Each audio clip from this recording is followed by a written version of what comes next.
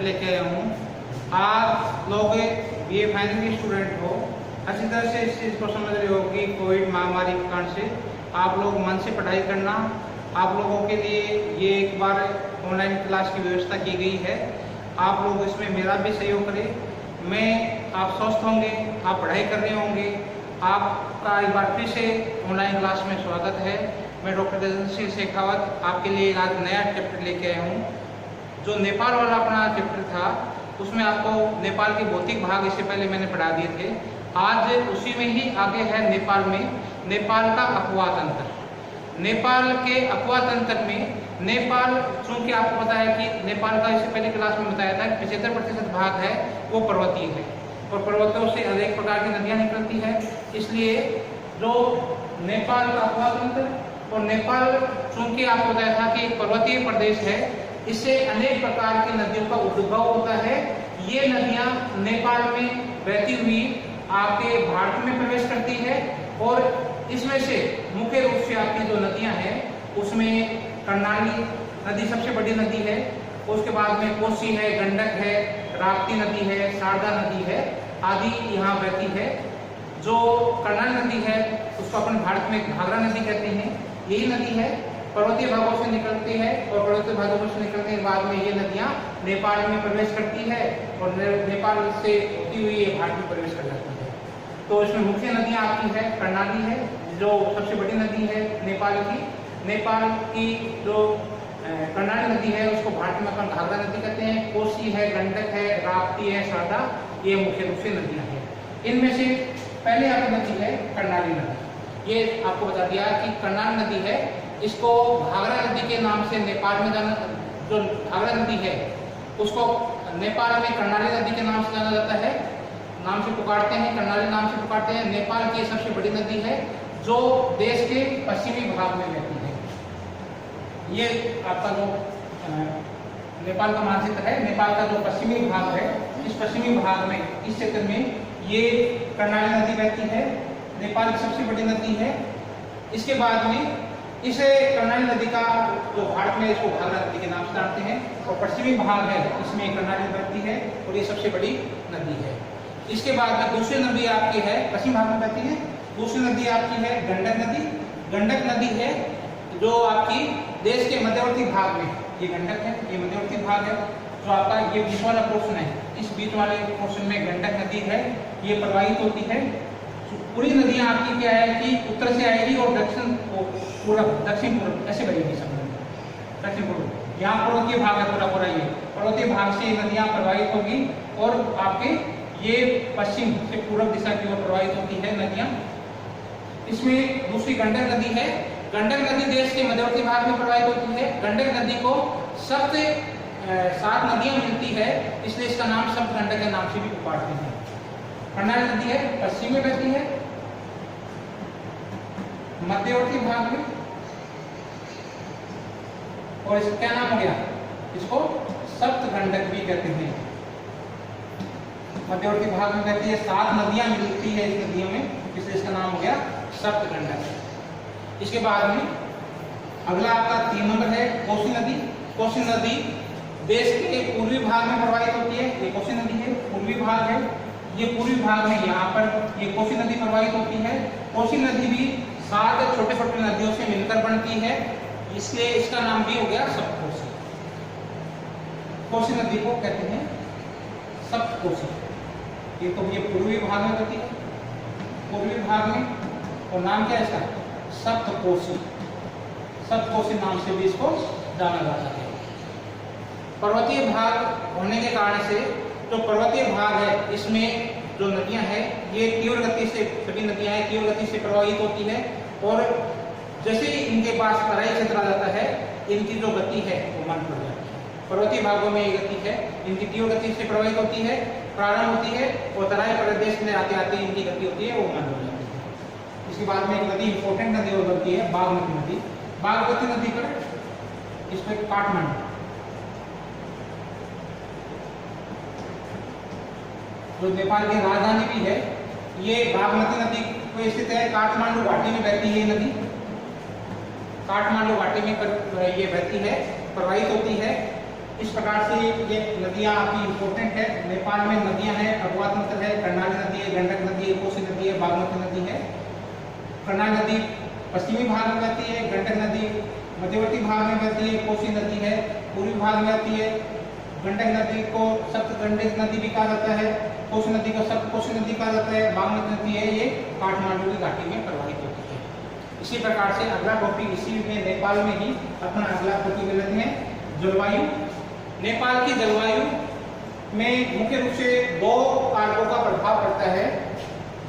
इसमें नेपाल में ऊंचाई के साथ साथ क्या है, तापमान और जलवायु में परिवर्तन होता है। दूसरा आपका है पूर्व से पश्चिम की ओर जो वर्षा की मात्रा है उसमें कमी आती है। एक तो क्या है, इधर से जैसे अपन तराई भाग है, ये वाला भाग है, ये आपका क्या ऊपर वाला भाग है, ये पर्वतीय क्षेत्र है। तराई भाग से अपन जैसे जैसे ऊंचाई बढ़ेगी तो तापमान और जलवायु है दोनों में प्रभाव पड़ेगा, दोनों में परिवर्तन होगा। तापमान क्या होगा, धीरे धीरे क्या होगा, ऊपर की तरफ जाएंगे तापमान कम होता जाता है। तो पहला जो नेपाल में प्रभावित करने वाले, जलवायु को प्रभावित करने वाला कारक है, उसमें ऊंचाई के साथ साथ तापमान और जलवायु में परिवर्तन होता है। तापमान और जलवायु, तो ये ऊपर वाला भाग है, यहाँ पर तापमान होगा कम होगा, और तराई वाला भाग है, यहाँ तापमान होगा वो कम होगा। दूसरा है जो पूर्व की से पश्चिम की तरफ जाते हैं अपन, पूर्व से पश्चिम की तरफ, ये भारत में भी ऐसा ही है और अपन नेपाल में भी ऐसा ही होगा। पूर्व से पश्चिम की ओर जाएंगे तो वर्षा की मात्रा में कमी आएगी, पूर्व से पश्चिम की ओर जाएंगे वर्षा की मात्रा कम, ऊंचाई में जाएंगे तापमान धीरे धीरे कम, पूर्व से पश्चिम की तरफ जाएंगे वर्षा की मात्रा कम। जैसे जैसे तराई प्रदेश से उत्तर की ओर चलते हैं, पहला आपको ऊंचाई के साथ में तापमान में परिवर्तन या जलवायु में परिवर्तन।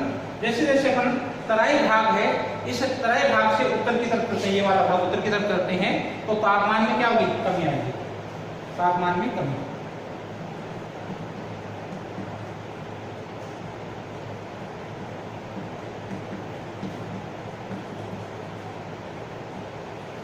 आएगी उत्तर की तरफ, दक्षिण से उत्तर, उत्तर की तरफ तापमान में कमी आएगी, तापमान कम होता जाएगा।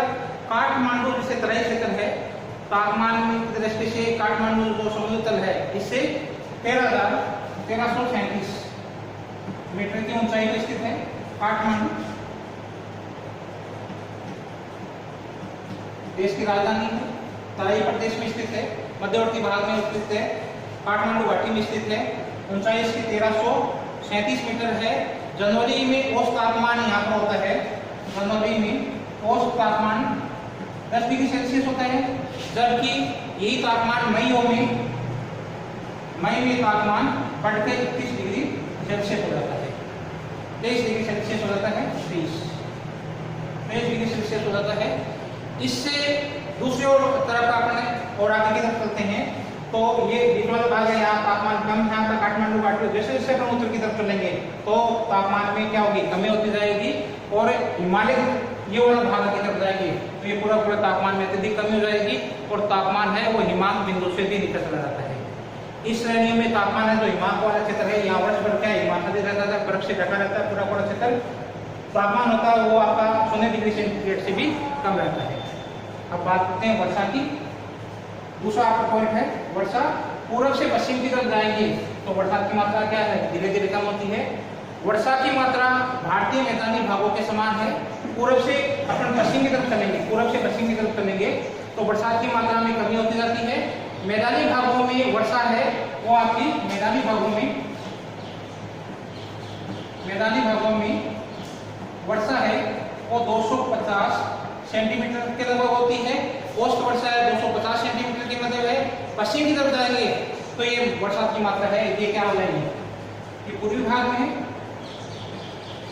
और पश्चिमी दिशा से जाएंगे अपन तो ये बरसात की मात्रा 100 सेंटीमीटर से भी कम रहती है, 100 सेंटीमीटर के लगभग होती है। अधिकांश वर्षा है ये जून में होती है, बरसात अधिकांश जून के महीने में होती है।